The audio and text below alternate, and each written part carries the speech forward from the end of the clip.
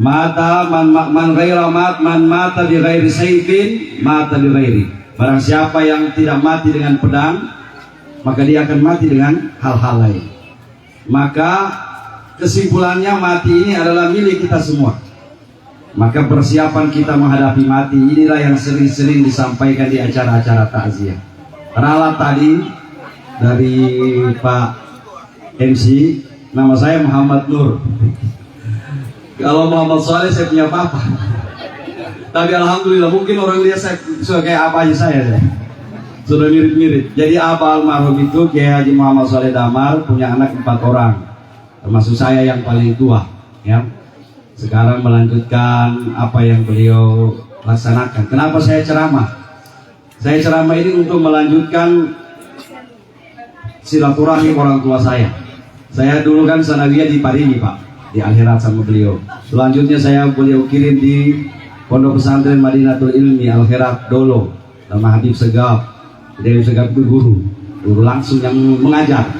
Karena waktu angkatan 1, 2, 3, 4 itu saya angkatan 4 itu masih beliau langsung yang mengajarkan.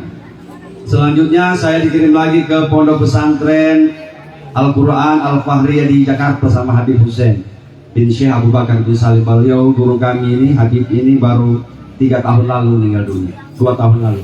Alhamdulillah saya waktu pemakaman hadir. Subhanallah, waktu itu tidak ada uang di tangan. Ini saya mau cerita tentang keramat wali. Saya dapat berita itu, saya sementara ceramah di Malakosa jam 11 malam. Malakosa itu kecamatan Balinggi. Ditelepon teman Habib meninggal. Ini Jakarta, Pak. Kalau cuma di Kasimer langsung tancap naik mobil kemarin. Jakarta, saya telepon itu ada uang di situ, mau berangkat.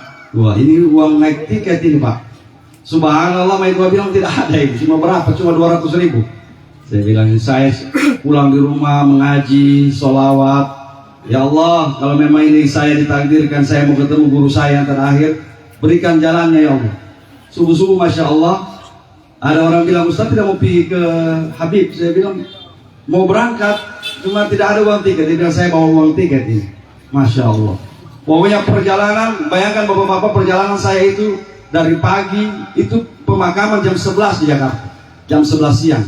Saya start subuh pagi itu, alhamdulillah sampai di Palu, naik pesawat sampai di bandara, terus sampai di pondok pesantren itu pas 5 menit lagi pemakaman saya masih lihat. Subhanallah.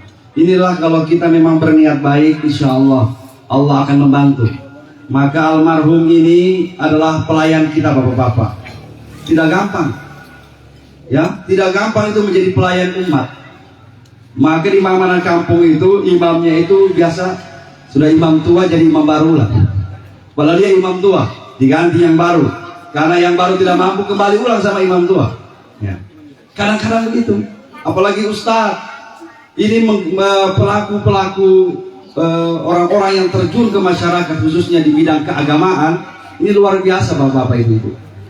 Kalau bupati itu baru menjabat 2 tahun sudah ada yang mau ganti. Sudah siap saya menjadi bupati lagi Parigimoto, padahal periodenya masih lama.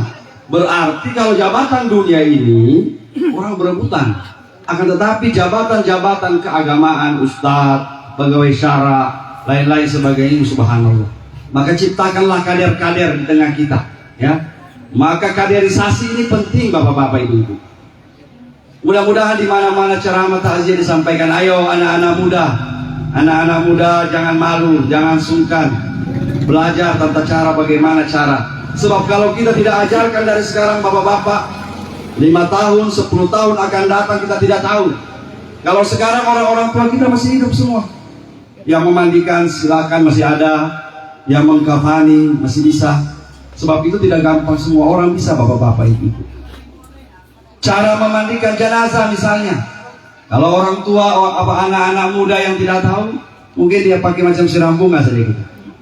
Padahal itu kata Nabi SAW, upayakanlah kalian menyiram jenazah itu pelan sekali, karena nyawa itu baru keluar dari tubuh dan menimbulkan rasa sakit. Maka kalau kita agak kasar, maka biasa orang tua dia lapis dengan tangan begini, supaya air yang jatuh dari jari ini yang ke sana, bukan langsung begini bapak-bapak ibu.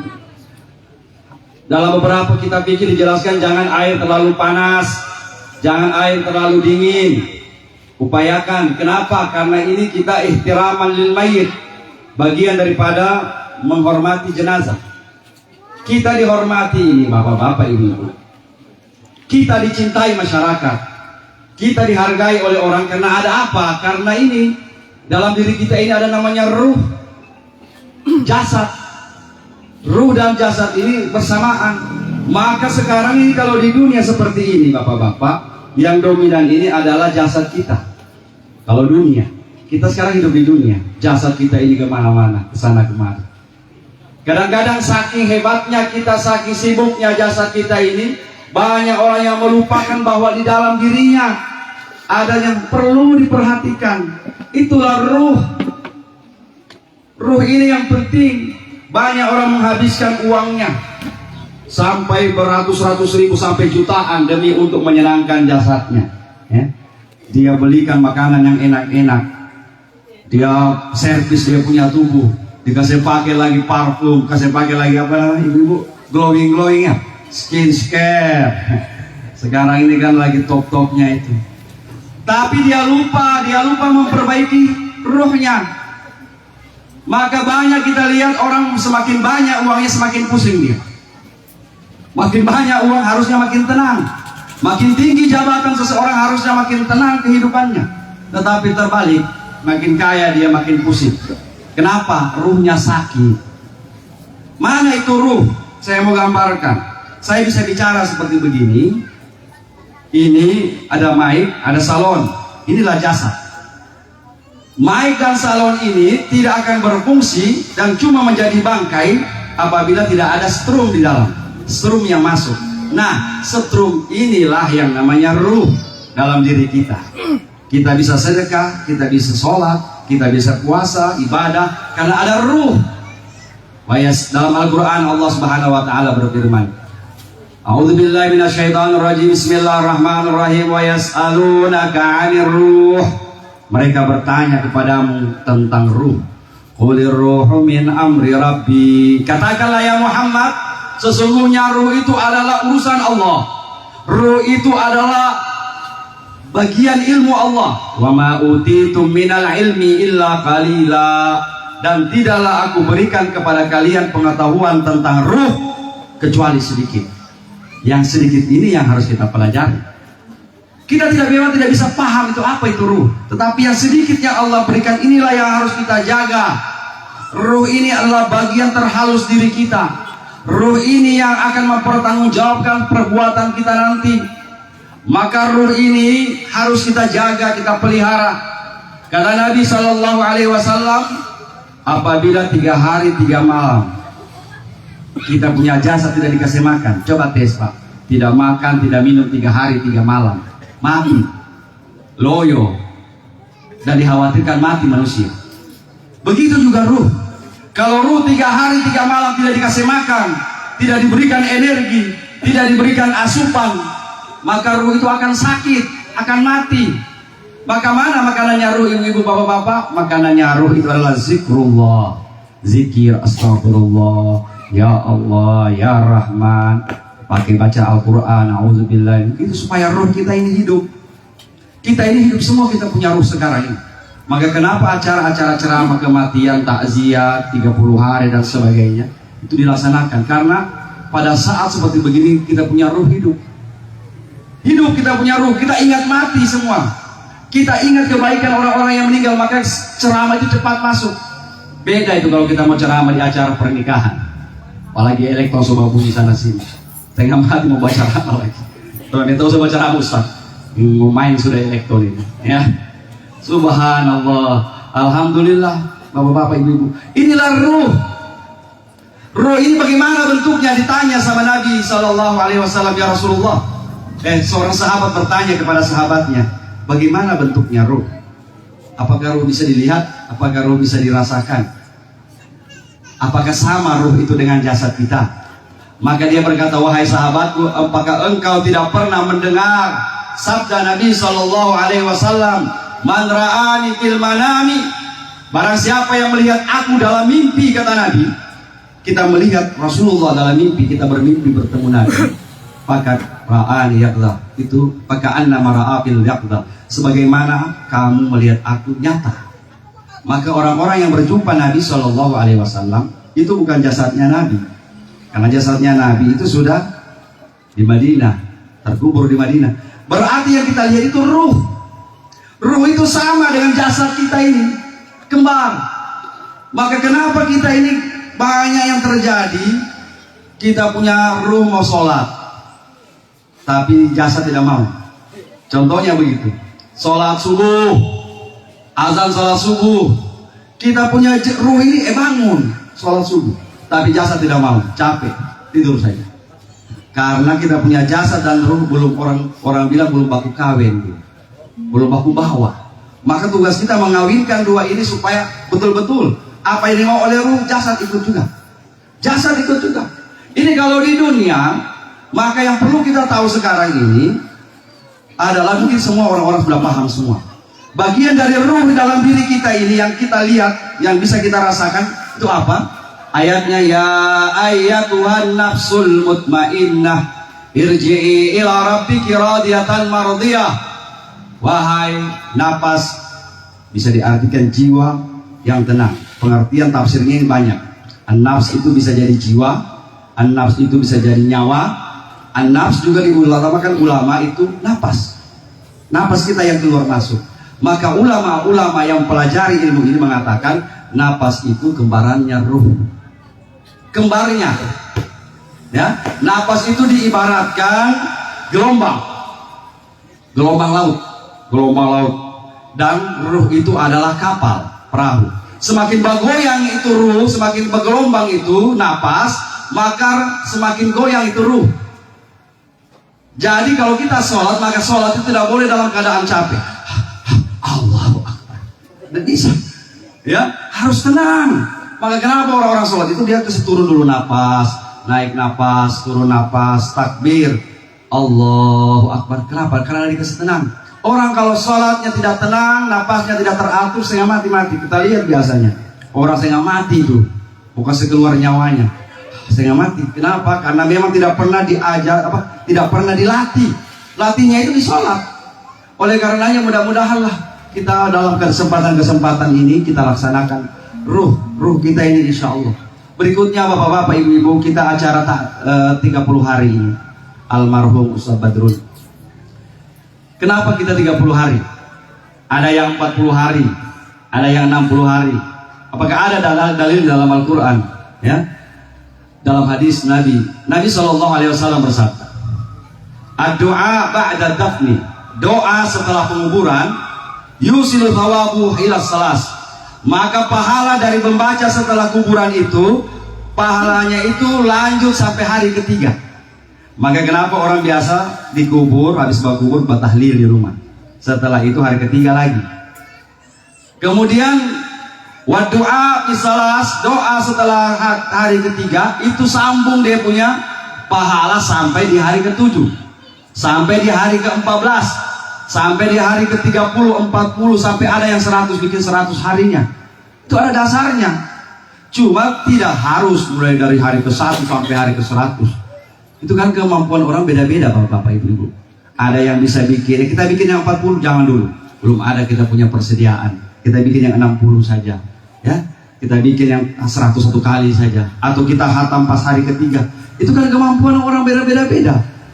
Maka dikatakan oleh Nabi, ad-du'a wal sadaqah hadiyatan lil mauta.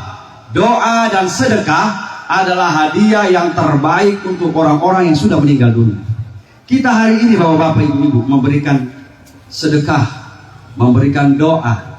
Mana doa? Kita tadi bersama-sama baca tahlil. Allahumma ighfir lahu, ya Allah ampuni dosanya, warhamhu, sayangi dia ya Allah, wa'afihi, maafkan kesalahannya Allah. Kita doakan bersama-sama. Dan sampai mungkin ketika almarhum Ustaz Badrun hidup, kita tidak pernah memberikan hadiah sama dia. Tetapi ketika dia sudah meninggal, kita berikan hadiah terindah kita, kado terindah kita. Almarhum Ustaz Badrun dapatkan pahalanya. Apalagi sedekah. Sedekah ini bapak-bapak, ibu, yang kita makan tadi, apalagi kepala kambing tadi. Kepala kambing tadi, masya Allah, pahalanya banyak sekali, ya. Ada kue-kue dan sebagainya. Apapun yang kita makan hari ini, yang kita minum, kita kenyang, kita ibadah, kita sholat, pahalanya amal jariah. Amal jariah yang orang tahu sekarang ini berbentuk materi. Amal jariah tidak harus materi, Pak. Kalau kita punya uang bisa beramal jariah melalui materi. Kita kasih di masjid, pondok pesantren, dan lain-lain sebagainya.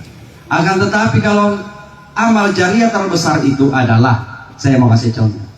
Almarhum Ustaz Badrun, selama hidup di dunia seperti yang diceritakan tadi, beliau datang ke satu rumah, membantu masyarakat, melayani masyarakat, khususnya di bidang keagamaan. Kemudian dia ada anaknya, dia punya keturunan misalnya. Apapun selama ini dia beri makan anaknya, dia berikan ini dan sebagainya. Ketika dia meninggal dunia, anaknya sholat, anaknya puasa, anaknya ibadah, maka orang tua juga akan mendapatkan bagian dari pahala itu. Maka inilah disebut dengan amal jariah. Maka didiklah anak-anak kita sekarang ini. Alimu auladakum, ajarkan anak-anakmu Al-Quran. Ajarkan anak-anakmu sholat, supaya apa? Ketika kita mati, kita dapat juga pahala dari mereka. Karena anak adalah usaha orang tua. Wa an laisa lil insani illa ma sa'a, dan manusia tidak akan mendapatkan pahala kecuali apa yang dia usahakan. Maka anak adalah investasi orang tua. Maka kita bodoh sendiri bapak-bapak ibu. Kalau kita punya anak tidak jadi investasi sama kita, malah membuat kita celaka bapak-bapak. Kita tidak pernah minuman keras waktu hidup di dunia, tetapi ketika kita dikubur, malaikat batang berdakwah kan, ini dosa minuman keras. Kita bantah, malaikat, saya tidak pernah minuman keras waktu di dunia. Tidak pernah. Saya ini ahli sholat. Iya, kau tidak pernah minuman keras waktu di dunia. Tetapi anakmu sekarang minuman keras, kau dapat juga bagian dari dosa itu. Na'udzubillah min dzalik. Oleh karenanya bapak-bapak, ibu-ibu, ayo, yang kita cari adalah amal jariah. Amal jariah, ya. Kita 30 hari, 40 hari, ya, 40 hari kita bacakan doa tahlil. Insya Allah pahalanya sampai kepada almarhum, ya. Cuma di mana-mana perlu dijelaskan bahwa pembacaan doa-doa seperti begini itu tergantung kemampuan. La yukallifullahu nafsan illa wus'aha. Allah tidak memberatkan kepada umatnya, kepada hambanya, kecuali yang mereka mampu. Jadi kalau kita mampu cuma ikan saja, kita mampu beli kambing saja. Kalau mampu juga sapi lebih bagus, sesuai kemampuan. Asal jangan kasihan orang yang tidak mampu kita bebankan lagi, harus kambing 2 ekor harus. Ada orang bilang, ini baru meninggal papa, ini sibuk lagi mencari kambing. Jangan kasihan paksa, ya. Kalau dia cuma kemampuannya cuma ikan saja, ya. Kenapa? Ini kan agama ini, Islam ini agama yang paling sempurna, agama yang paling ringan. Yassiru wala tu'assiru, kata Nabi, kasih ringan orang, jangan kasih sulit orang. Cara supaya mati enak, mati ringan selama hidup di dunia, kasih mudah orang. Apalagi kalau kita punya pegang jabatan, kita punya ini, tidak usah kita harus ke kantor desa, ya, harus ke sini, harus ke kantor. Kalau perlu di jalan pun boleh, ya. Macam penceramah sekarang ini, kan ada juga penceramah yang harus didatangi. Kalau saya tidak, Pak, mau ditelepon, di SMS, yang penting ada waktu, insya Allah, ya. Tidak perlu lagi resmi-resmi sekarang, karena kita mudahkan. Karena dakwah ini sekarang harus dikembangkan, bapak-bapak ibu. Indonesia sekarang ini sudah mengalami krisis dekadensi moral. Coba kita lihat, nonton di televisi, ya, bagaimana sekarang ini kita bangsa Indonesia ini diuji oleh Allah Subhanahu Wa Taala. Yang paling berat di ujian ini selain corona, corona ini kan ujian berat, ya. Selain mudah-mudahan corona semua pergi jauh-jauh, amin. Ya Rabbal Alamin. Pergi level 2 sekarang. Makanya saudara pakai masker, termasuk saya juga. Dua bilang capek, saya juga Pak, tuh saya masih pakai masker, gatal hidung. Betul? Saya punya istri itu kerja di rumah sakit, wasu masih gencar-gencarnya pakai masker. Saya tidak pakai masker, mengamuk terus dia tiap hari. Dia bilang, ini Ustaz tidak ada pakai masker. Saya bilang, gatal hidungku kalau pakai masker, ya. Kita berdoa saja, mudah-mudahanlah Allah angkat penyakit ini, amin. Ya Rabbal Alamin. Selain corona, yang terpenting sekarang ini adalah bagaimana kita umat Islam sekarang ini diuji persatuan dan kesatuan kita. Ya, banyak terjadi khilaf di mana-mana, banyak perbedaan pendapat, beda organisasi dan sebagainya. Justru harusnya ketika perbedaan ini ada, ayo jangan sampai pecah belah bapak-bapak ini. Tidak zamannya lagi, sudah ditinggalkan ulama-ulama dulu. Di zaman ulama-ulama dulu perbedaan tahlil, perbedaan ini, perbedaan ini, itu sudah selesai. Sekarang ini ayo kita satukan umat, ya. Karena kita ini akan menghadapi suatu zaman yang luar biasa, zaman yang sangat berat. Maka persatuan kesatuan umat Islam ini mudah-mudahan kita bisa pelihara, kita jaga. Kalau berbeda pendapat masalah-masalah yang kan ada dua Pak, ada furu, ada usul. Kalau cuma persoalan masalah furu, tidak usah diperdebatkan. Yang berbahaya itu adalah perbedaan usul. Usuluddin, usul agama itu 5. Mana yang 5 itu? Yang dalam rukun Islam. Ini tidak boleh kita berbeda pendapat. Kita harus satu di situ. Tidak boleh kita berselisih. Kita harus satukan itu. Apa? Syahadat. Maka di mana-mana syahadat itu kalau sudah ditambah-tambah, tidak boleh ditambah. Asyhadu an la ilaha illallah wa asyhadu anna sayyidana wa maulana Muhammad. Tidak bisa, Pak. Wa asyhadu anna Muhammadar Rasulullah. Itu sudah paten. Itulah disebut mahda. Tidak boleh dirubah, tidak boleh ditambah, dikurang dan sebagainya. Maka seluruh umat Islam harus sama. Kemudian apalagi sholat. Sholat juga begitu. Sholat itu paten milik umat Islam, mulai yang dari belahan dunia semua sama, Pak. Orang di Turki sholat subuh 2 rakaat, orang di Afghanistan sholat subuh 2 rakaat, sama. Begitu juga kita dikasih Mbak. Jangan karena kita mau suka beda kita bikin 3 rakaat. Sholat subuh made in Kasibah misalnya, batal kita punya sholat. Apalagi zakat, puasa, haji seluruh dunia umat Islam itu hajinya di Padang Arafah, Makkah, Madinah. Jangan lagi sekarang sudah ada perbedaan pendapat. Bukan haji di Makkah dia, haji di Wentira. Ada sudah di Padang. Haji Wentira, haji di sana di Enu, Pantai Barat, Allahu Akbar. Ya, haji di sana di apa Balompo apa semua sana. Tidak bisa. Ini sudah paten. Ya, ada itu Pak sampai sekarang. Dipanggil haji. Saya bilang, kapan dia naik haji? Ya, belum lama Ustaz. Dia dari Pantai Barat. Naik haji. Tidak pakai ONH. Tidak bisa, Pak. Ini bukan main-main, ini memang ada. Malah ini Majelis Ulama Indonesia pagi-pagi mau barusan itu mendapatkan ini informasi buat kita semua. Majelis Ulama MUI Kabupaten itu mendapatkan satu ajaran yang berkembang di Malakosa. Malakosa itu Balinggi, Kecamatan Balinggi. Saya itu hampir tiap bulan 1 sampai 4 kali ke sana. Ada suatu ajaran yang menganut paham katanya tarekat. Tarekatnya namanya tarekat Aminiyah. Mungkin Om Amin tahu dia punya guru. Jadi Aminiyah. Kan tarekat Al-Qadriyah Syekh Abdul Qadir Al-Jailani, tarekat Syadzili Syekh Abdul Hasan Asyadzili. Dia bikin juga tarekat Aminiyah, Pak Amin barangkali namanya. Wallahu a'lam. Bukan masalah tarekat ini benar.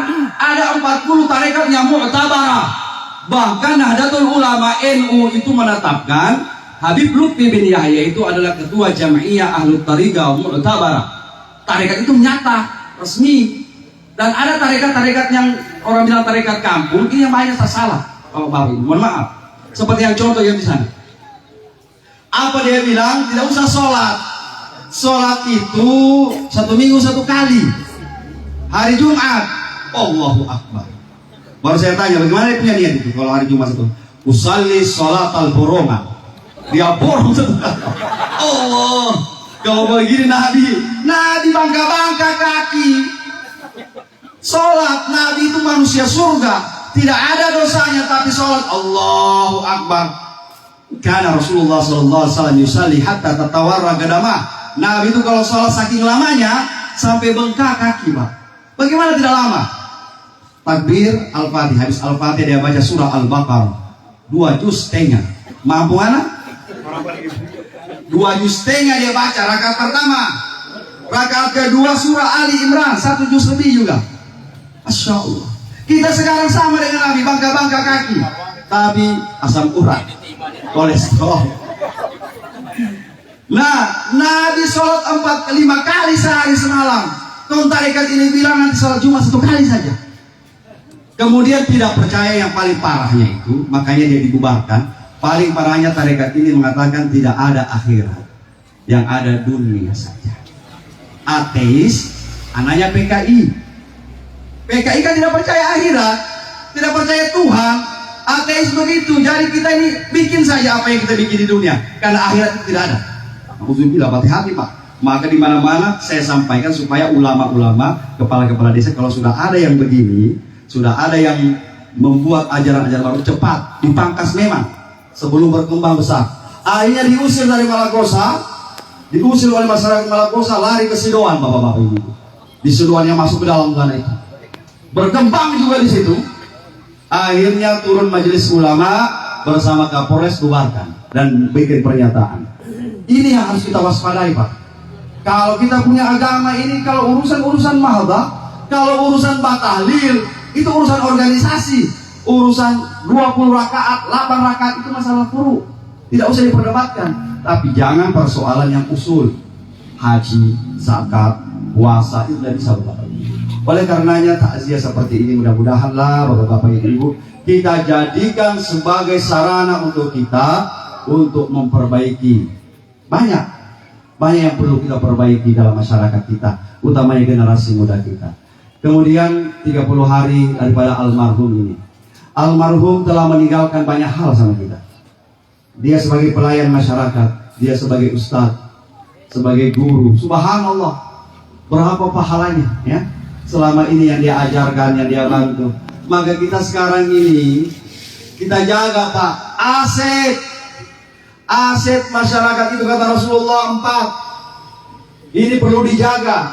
Kalau 4 aset ini hilang, maka kata Allah Subhanahu wa taala dalam hadits qudsi, laulas sabirudda, kalau bukan anak-anak kecil, anak-anak bayi yang masih menetes sama ibunya, kata Allah, laulas sabirudda, kalau bukan anak-anak bayi yang masih menetes sama ibunya, maka anak-anak bayi sekarang, ibu-ibu muda sekarang ini sudah banyak orang tidak kasih menete anaknya. Harus menete Pak. Kata Allah, haulain kamilain, 2 tahun berturut-turut dikasih menete anak. Zaman sekarang tidak, baru 1 minggu anak lepas tete. Alasan apa? Tidak keluar air susu. Padahal pamalas kasih susu anak, kasih minum SGM, ini semua. Akhirnya kelakuan anak, kalau air mana apa ada yang bilang ganti bapaknya. 2 tahun Pak, 2 tahun. 2 tahun itu kasih menete anak. Kenapa? Anak yang menete sama ibunya secara kesehatan dan secara agama, dia punya kelakuan memang kelakuan manusia. Banyak anak-anak kita ini minum susu sapi, akhirnya banyak kelakuan sapi yang banyak. Kita punya anak sekarang, saya punya anak termasuk juga, orang punya anak. Dikasih karas, dia melawan. Dikasih lombok sama batang kambing, ditarik dari muka dia pasang dia berkuda-kuda, diusir dari belakang dia lari. Coba lihat kita punya anak-anak sekarang. Kenapa? Terlalu banyak yang SGN, loktogen, apa semua itu. Iya betul ini. Padahal Allah sudah mengatakan begitu, 2 tahun. Sebab kalau kita punya anak menete, itu adalah aset. Lanjut. Laula sabirudda walaula syekhun rukka, kalau bukan orang-orang tua yang sekarang ini masih berzikir, masih sholat, maka orang-orang tua itu yang biasa maghrib jam 5 sudah di masjid, sayangi orang ya. Orang-orang tua yang rajin ke masjid, sayang, aset kita ya. Karena kata Nabi sallallahu alaihi wasallam, man balaga umruhu arba'ina sanah, barang siapa yang umurnya 40 tahun lebih banyak jahatnya daripada buruknya, nah KTP neraka. Jadi cek umur 40 sekarang ini itu berapa persen baik, berapa persen jahat. Kalau yang jahat lebih banyak, hati-hati. Karena orang kalau sudah umur 40 dikhawatirkan tidak kembali ulang. Ya, kalau sudah umur 40 kita ini harusnya, saya baru 42, baru 2 tahun tak lewat. Kalau sudah 40 harusnya sudah stop Jo. Jangan umur 40 tahun kelakuan ABG. So lewat, so tua karena sayang. So 40 ya. Apalagi kalau so 60 tahun. Kalau 60 tahun ini ibaratnya orang bilang babungkus. Babungkus Jo. 60 tahun. Karena Nabi 63 tahun sudah. Ada lagi fase selanjutnya, kata Allah. Ini yang perlu. Kata Rasulullah SAW. Barang siapa yang umurnya 90 tahun. Sampai usianya 90 tahun. Maka para malaikat turun dari langit dan mengatakan, nahnu asirullah di dunia. Kalian adalah tawanan-tawanan Allah di dunia. Subhanallah. Maka orang-orang yang memelihara orang tuanya, orang-orang yang menjaga, menyayangi orang-orang tua yang sudah 90 tahun itu, Pak, pahalanya banyak. Pahala. Jadi jangan kasihan dibilang sama ini orang tua. Tua sekali, bikin sibuk, bikin repot, pakai jin di celana, Pak beres. Astagfirullah. Padahal kalau kita urus orang tua seperti begini, Pak, kita punya dosa habis. Mereka itu orang sudah dihisap oleh Allah, sudah diambil dosanya sedikit demi sedikit. Maka alhamdulillah kalau orang tua di kampung kita masih ada yang 90 tahun umurnya, apalagi ada yang 100 tahun, Pak. Saya barusan ini di manusia mungkin tua selama saya takziah ini, ada satu kali saya dapat takziah di mari Pak. Jangan, mari Pak.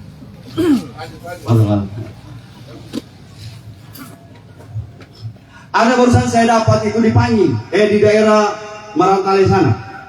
Itu saya ceramah takziah, orang bilang, Ustaz, boleh Ustaz datang di acara takziah? Saya bilang, siapa yang meninggal? Orang punya nenek, siapa namanya? Nenek Allah. Oh, kaget saya. Allah? Iya, nenek Allah dipanggil. Saya kira namanya Allah, Pak. Rupanya ini nenek umurnya sudah 115 tahun. 115 tahun. Kenapa dipanggil nenek Allah? Karena ini nenek ini tidak pernah didengar cerita lain. Yang di mulutnya itu Allah, Allah, Allah, Allah. Jadi satu kampung di sana, coba tanya itu di bagian Marantale, itu orang panggil nenek Allah terus. Panjang umur karena berzikir. Allah, Allah, Allah, Allah. Subhanallah. Kalau seperti begini ini luar biasa, Bapak-bapak. Itu yang kedua. Yang ketiga, yang akan menjaga dunia ini adalah hewan-hewan melata. Hewan-hewan melata yang masih mencari makanan. Makanya kalau ada hewan-hewan melata itu, Pak, Ibu, kita ini disuruh oleh Allah sayangi binatang, ya, jaga binatang baik-baik. Tidak boleh hukumnya menyiksa binatang. Saya mau kasih tahu ibu-ibu ya, ibu-ibu di belakang ini, bagaimana Allah Subhanahu wa Ta'ala, Nabi mengatakan menyayangi binatang. Makruh bahkan haram hukumnya itu. Dalam kitab Fathul Mu'in, kitab fikih, makruh dan bahkan hampir-hampir haram. Itu kalau ikan, ini kebiasaan kita ini. Ikan itu tidak boleh dia dibakar, digoreng, dimasak dalam keadaan hidup. Nah, sekarang orang di pinggir laut masih digenggagai, masih bagara-bagara. Wah! Coba sekarang kata kamu. Sementara hidup-hidup kau ditusuk, dibakar. Kasih mati dulu, orang Gorontalo kasih mati dulu, ulti. Kasih mati. Jangan sebentar bagara-bagara ikan ini langsung colok. Haram. Kenapa? Termasuk menyiksa binatang. Ya. Begitu juga potong sapi, potong kambing. Coba bayangkan kita punya agama ini. Potong sapi, potong kambing diupayakan kalau jangan sampai dia lihat temannya, Pak. Misalnya kita mau potong kambing akikah 2 ekor. Nah, kita potong 1 ekor, kita kasih menonton yang 1 ekor. Kau lihat, giliranmu sebentar ya.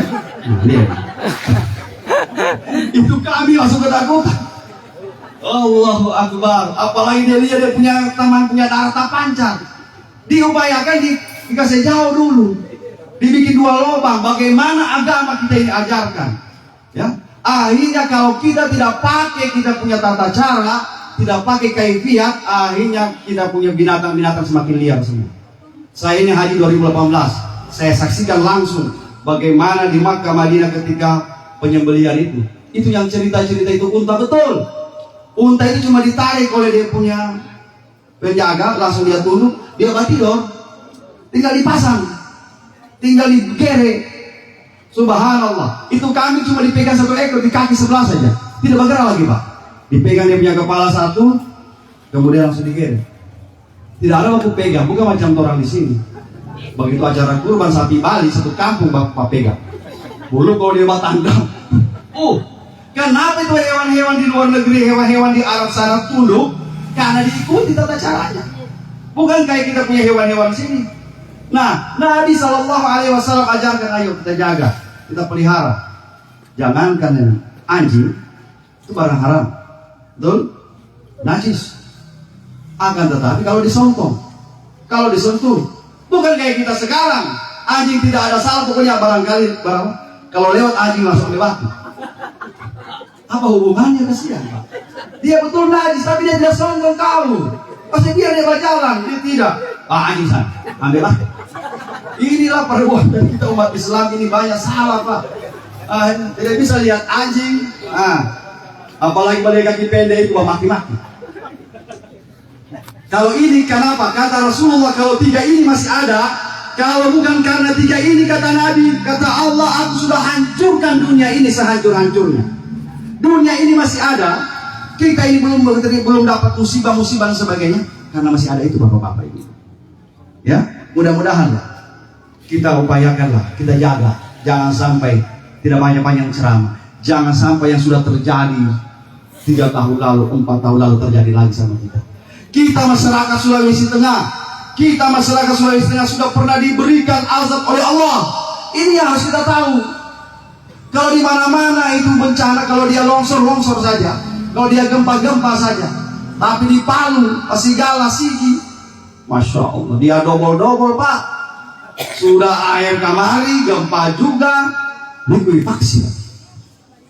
Bagaimana tidak mau sadar? Setelah gempa 2018, full masjid. Mudah-mudahan dikasih juga begitu. Full, majelis saling tabentuk semua. Majelis ini, berzikir semua. Tapi mohon maaf, cuma 1 tahun. 2019, baru maju lagi. Terus, Masya Allah. Kenapa begini? Karena kita ini sering lupa. Allah kasih bencana, sadar kita. Begitu sudah habis bencana, kita bikin ulang. Seperti diajarkan dalam apa? Diajarkan. Begitu dia di tengah laut, dibagi ombak, Pak, gelombang. Dia berdoa sama Allah, astagfirullahaladzim, ampuni dosa kami ya Allah. Saya bernazar ya Allah, kalau badai ini saya selamat, saya potong sapi. Potong sapi Pak. Begitu dia bilang potong sapi, Allah dengar doanya, mulai reda-reda sedikit. Angin meluncur, sudah punya perahu, sudah dekat-dekat, dia bilang, aduh terjadi sapi. Kambing ini orang biar Allah dia bodohi. Kambing ya Allah. Begitu sudah lihat itu pasirnya apa? Pantainya kasih Mbak, sudah pantai, sudah rumah. Ayam Jordan. Allahu Akbar. Begitu sudah sampai orang tanya, selamat, alhamdulillah. Siapa dulu? Dia lupa Allah Pak. Dia lupa. Nah sekarang begitu, ya. Kita ini sudah diberikan umat-umat terdahulu, umatnya Nabi Nuh alaihissalam, umatnya Nabi Lut alaihissalam, semua diberikan ini. Cuma tinggal satu Pak. Ini yang kita takutkan. Kalau bencana longsor, gempa bumi dan lain-lain sebagainya sudah kita rasa. Ada satu azab Allah yang parah. Ya, dalam surah Yasin itu dijelaskan. Ya, dalam Yasin, coba buka surat Yasin. Ada satu kelompok manusia, satu tempat itu Allah kirim bukan cuma satu nabi Pak, dikirim 4 orang satu kali. Tidak ada kalau nabi-nabi umat-umat yang lain itu cuma satu nabi. Umatnya Nabi Nuh satu saja, umatnya Nabi Nuh. Tapi dia 4 orang satu kali karena saking durhakanya ini penduduk ini. Sayhatan wahidah fa idahum yanzurun. Wa qalu ya wailana, dalam surah Al-Qur'an surah Yasin. Apa yang terjadi? 4 dia punya nabi ini mereka bunuh. Mereka tanam setengah, baru dorong lempar sampai mati.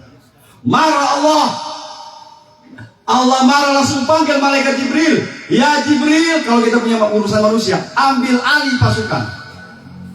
Dorang tidak pakai lagi itu gempa, dorang tantang mana itu gempa, mana itu longsor, mana itu Allah turunkan siapa? Pimpinannya malaikat Jibril. Turun kau ke dunia wahai Jibril, berikan pelajaran kepada mereka.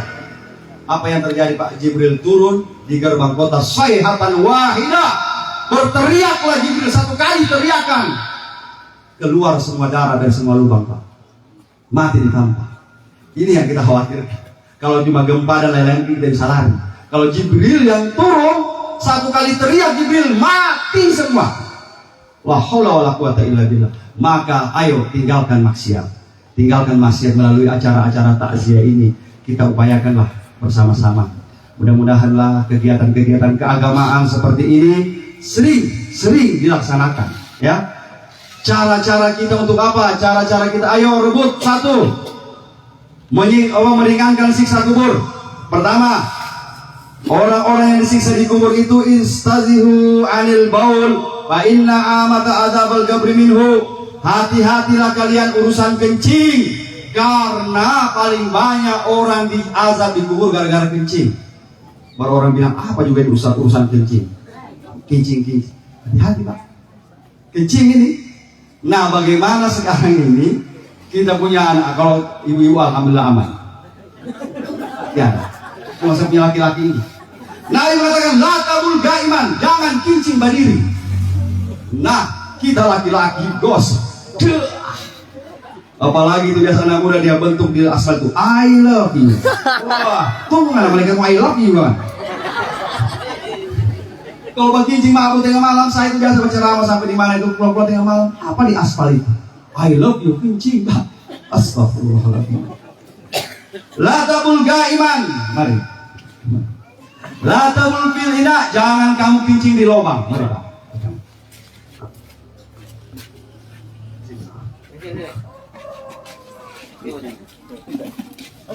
Ya. Nah, di urusan jangan kencing di lubang. Kenapa, Pak? Mohon maaf. Lubang itu tempat tinggalnya jin. Jin itu banyak jumlahnya. Ini kita ini manusia 10 kali lipat jin. Maka kenapa semua rumah itu ada jin? Semua. Maka Nabi ajarkan jangan kencing di lubang. Lubang semut. Kadang-kadang kita mau bunuh semut, daripada cari minyak tanah, hambur saja. Itu semut sementara pemilihan bupati di dalam. Kacau, ada gempa, ada kencing. Apalagi jangan kencing di lubang-lubang, lubang ketang, lubang kepiting dan sebagainya. Kenapa? Tempat tinggal jin. Akhirnya begitu habis berkencing di lubang, tak putar kepala, biru badan, baru bilang dibagi pompo saya. Bagi kalau bukan pompo, jin gosok kau itu. Kalau berkencing ditampung sembarang. Nabi intaziru anil baul, hati-hati kalian urusan kencing. Bacebo, ya. Kasih habis kencing. Orang bilang kenapa urusan kencing di bilang Nabi? Kalau dalam agama disebut yang kecil, apalagi yang besar. Kencing tidak bersih, tidak bacebo menyebabkan orang disiksa di neraka. Bagaimana babiran tidak bersih? Itu lebih bagus lagi. Bagaimana tidak mandi junub? Nah, sekarang paling banyak. Habis berhubungan malam-malam tidak mandi junub, dia nanti besok dulu. Lusa. Satu kali hari Jumat. Ada juga yang baik saya bulan puasa lalu. Ustaz, puasa jam 1 malam dia. Ustaz, saya mau tanya dulu. Boleh bertanya? Boleh. Boleh berhubungan suami istri puasa begini? Sejak kapan kau mau? Sekarang ini Ustaz? Boleh. Lumayan aja sudah tahan. Oh boleh Ustaz, boleh. Tapi mandi junub sebentar? Saya iyalah.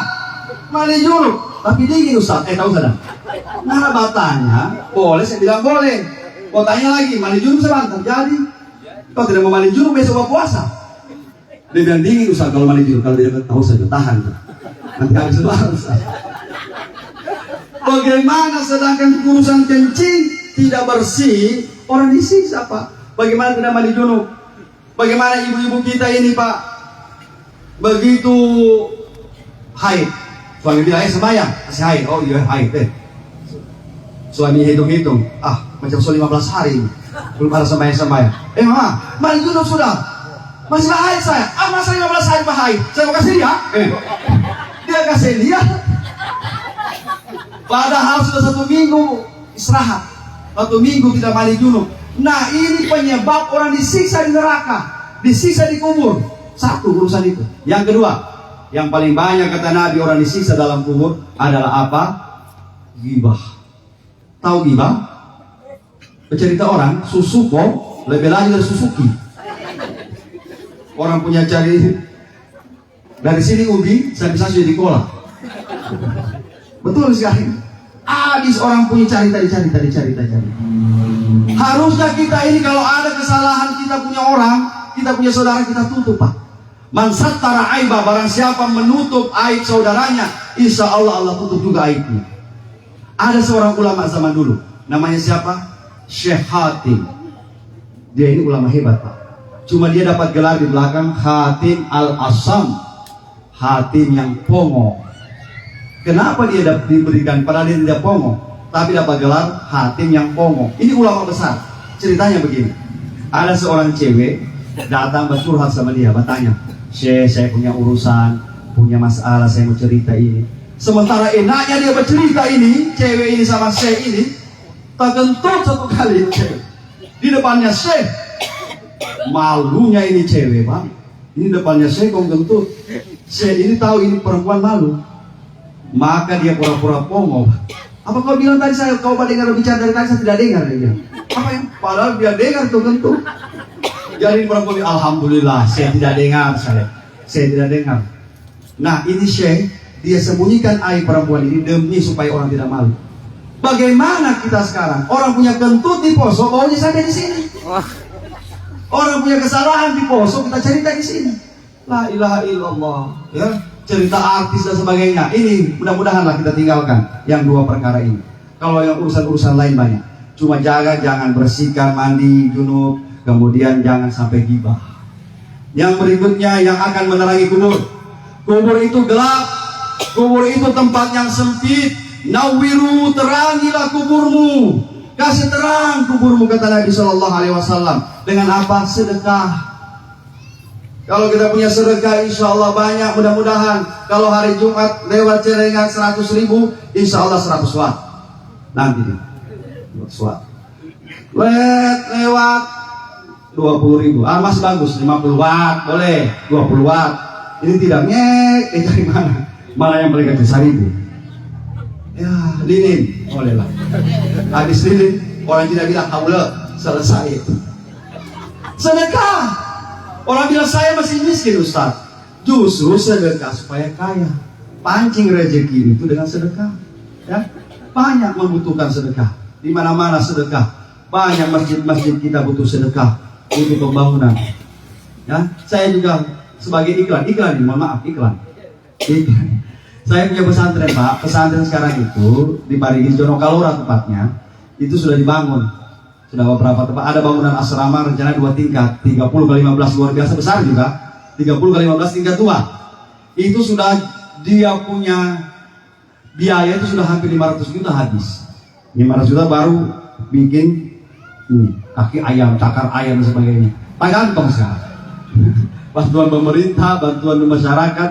Maka ada yang bilang sampaikan sama Ustaz, bagaimana caranya bisa dapat duit? Dia bilang ada artis Parigi mau utang sekarang. Siapa itu? Yang Zidan namanya. Ya, ini tahu saya. Anaknya Om Yongki di Petapa yang biasa menyanyi di Elektron, sekarang sudah viral. Saya bilang bagaimana kalau diundang dia untuk konser amal. 50% daripada hasil konser amal itu untuk pondok pesantren sana yang dibangun. Maka itu insya Allah tanggal 19 di Al-Herat sana nanti. Ya, kalau ibu-ibu 50.000, 25.000 itu untuk Zidan karena dia dari Jakarta, PP naik pesawat, bukan naik gerobak. Dia naik pesawat sampai di Parigi naik hotel dia. Alhamdulillah Pak Bupati, Pak Camat, Pak Bupati sudah respon sekali. Ya, beliau malah sudah berikan sambutan-sambutan di mana-mana. Malah beliau beri karcis dan sebagainya. Mudah-mudahanlah pemerintah, masyarakat bisa bersama-sama mensukseskan kegiatan ini. Ada saya bawa juga karcisnya itu sama anak-anak. Siapa tahu nanti sebentar ada yang beli 50.000. Mudah-mudahan ya itu untuk pembangunan pondok pesantren. Sedekah ini insya Allah mudah-mudahan lah. Berikutnya Bapak Ibu sebagai akhir ceramah ini, kita akan mati semua. Mati kita bagaimana caranya? Mati itu mati husnul khatimah, mati su'ul khatimah. Ya. Ada lagi bilang mati puluh lain. Dia bilang 3 Ustaz. Mati husnul khatimah, su'ul khatimah, dia mati puluh. Tidak lain. Su'ul khatimah, husnul khatimah. orang yang husnul khatimah satu, tidak akan mati husnul khatimah orang yang ketika mati masih punya musuh. Mohon maaf, I'm sorry, jauh surga. Maka sebelum mati baku maaf memang, karena orang yang punya musuh oleh Allah dinyatakan gagal membina hubungan sesama manusia. Sementara dua Pak, dua, hubungan dengan Allah dan hubungan sesama manusia, jangan ada musuh. Yang kedua, orang tidak akan husnul khatimah kalau mati meninggalkan hutang. Hutang. Nah, hutang ini bahaya juga. Maka suami-suami kalau mau utang kasih tahu istri. Begitu juga istri, ya, kalau mau utang, mau arisan kasih tahu suami. Karena sekarang banyak istri-istri mau arisan sembunyi-sembunyi sama suami. Tidak, jangan sampai Pak Tua tahu. Itu arisan ini, arisan ini. Ayah begitu ibu mati, suami ada utang sama istri. Dia tidak tahu istrinya mau utang tanpa lain, ya. Dia tidak tahu utang. Kenapa? Ada satu kisah. Rasul mengatakan, wahai seluruh orang yang mati syahid, orang mati syahid Pak. Orang mati syahid itu begitu dia punya darah keluar, ruhnya keluar, langsung ke surganya Allah. Kata Allah, kata Rasulullah, orang mati syahid langsung ke surganya Allah. Kecuali orang yang mati syahid punya hutang, masih tertahan di pintu surga. Sedangkan orang mati syahid punya hutang tak tahan di pintu surga. Bagaimana kita juga mati syahid, mati konyol banyak, mati apalagi baru punya hutang. Nah, kita bayarlah utang-utang semua. Utang apa lagi? Utang kepada Allah banyak. Utang berpuasa tidak berpuasa, 1 hari 7 bulan 7 hari tidak berpuasa selama Ramadan, dibayar utang. Insya Allah husnul khatimah. Kalau kita husnul khatimah, mudah-mudahan seperti almarhum. Mana contoh orang husnul khatimah? Ketika dia meninggal dunia, banyak orang yang kehilangan, banyak orang yang ingat jasanya, banyak orang yang datang. Bayangkan yang datang pejabat-pejabat, para ustaz, banyak yang datang di subhanallah. Kenapa orang ingat almarhum ustaz? Tetapi kalau kita selama hidup di dunia tidak pernah datang di acara orang meninggal, tidak pernah datang di acara baca doa, tidak pernah datang di acara takziah. Begitu ada orang meninggal dunia cukup di FB, turut berduka cita. Saya sangat sedih sekali. Biar 100 kali kalau status di FB, tidak ada gunanya. Memang malaikat baca FB, malaikat baca itu, malaikat tidak baca. Yang malaikat lihat itu yang datang. Maka kita datang kalau di acara takziah, di acara duka seperti ini. Insya Allah ketika kita mati banyak. Sebagai kisah terakhir, ada satu raja di zaman Khalifah Harun al-Rasyid. Dia punya kuda, Pak. Raja. Dia punya kuda warna putih. Kuda paling dia sayang. Dia umumkan seluruh masyarakat, ketika dia punya kuda mati, umumkan seluruh negeri, besok harus datang ke istana. Yang tidak datang didenda, dipukul, yang melawan dipenjara. Untuk apa datang ke istana? Untuk membaca doa almarhum kuda. Kudanya raja mati, Pak. Satu negeri diundang. Semua orang pergi. Karena kenapa? Karena takut yang raja. Barangkali tidak pergi di penjara, dipukul. Jadi ramai masyarakat pergi baca doa untuk kuda. Kudanya raja. 1 bulan setelah itu, si raja yang mati, tidak ada orang datang. Siapa lagi yang suka? Jadi jangan bilang, oh saya ini kan pejabat, saya ini kan keluarga tabal, pasti kalau saya mati banyak orang. Tidak mungkin. Kalau ente tidak rajin datang di acara takziah, orang tidak datang. Mudah-mudahan kita doakan bersama-sama, semoga almarhum Ustaz ini Allah terima semua amal ibadahnya. Amin. Allah terima semua amal ibadahnya. Kalau ada salahnya, hilapnya, mohon dimaafkan. Kalau ada utangnya, hubungi keluarga. Jangan hubungi saya. Karena saya begitu biasa, Pak. Ustaz umumkan sebentar. Begitu saya umumkan, kalau ada utangnya almarhum, hubungi kami. Begitu biasa dia tahu bisa punya rumusan. Yang Ustaz umumkan tadi malam itu, ada utangnya sama saya. Kenapa hubungi saya? Kan Ustaznya umumkan. Saya coba umumkan, Rangga. Nanti keluar. Jadi sekarang memang kalau Ustaz ini punya utang, hubungi keluarga. Yang saya jauh Pak Riki. Mudah-mudahan tidak ada utangnya. Sebaliknya, kalau kita yang mau utang sama Ustaz bayar. Nah sekarang ini selalu diumumkan kalau almarhum punya utang, hubungi keluarganya. Kalau seandainya almarhum bisa bicara, bukan saya mau utang, orang yang baik utang sama saya. baru kita tidak bayar. Pak, ini bukan bank, bukan dealer. Kalau di dealer ada asuransi, begitu mati, lunas. Di bank begitu kan? Kalau kita masuk asuransi, mati, kamu bayar lagi, lunas utang, diputihkan. Tapi kalau utang pribadi, biar mati dibayar. Ada anaknya, ada keluarganya, insya Allah. Mudah-mudahan. Kalau sudah dicari keluarganya tidak ada, baru taruh di masjid, taruh di pesantren. Ya, mudah-mudahan kita tutup dengan sama-sama membaca Subhanakallahumma bihamdik, Subhanakallahumma bihamdik, asyhadu an la ilaha illa anta, astaghfiruka wa atubu ilaik. Al-Fatihah. Nabi Mustafa Rasulullah Muhammad sallallahu alaihi wasallam. Al-Fatihah. Bismillahirrahmanirrahim. Allahumma ighfir lahu warhamhu wa'afihi wa'fu anhu wa'akrim nuzulahu wasi' madkhalahu. Allahumma adhil fi quburina wa hawariha wal kusata wal aman wal afwa wal ridwan. Ya Hannan ya Mannan ya man idza su'ila a'ta wa idza su'ila an wajal akhir kalamina min dunya ila intihi ajalina qawla la ilaha illallah Muhammadur Rasulullah sallallahu alaihi wasallam. Da'wahum fiya subhanakallahumma wa tahiyyatuhum fiya salam wa akhiru da'wana alhamdulillahi rabbil alamin. Akhir kalam Allahumma salli. Assalamualaikum warahmatullahi wabarakatuh.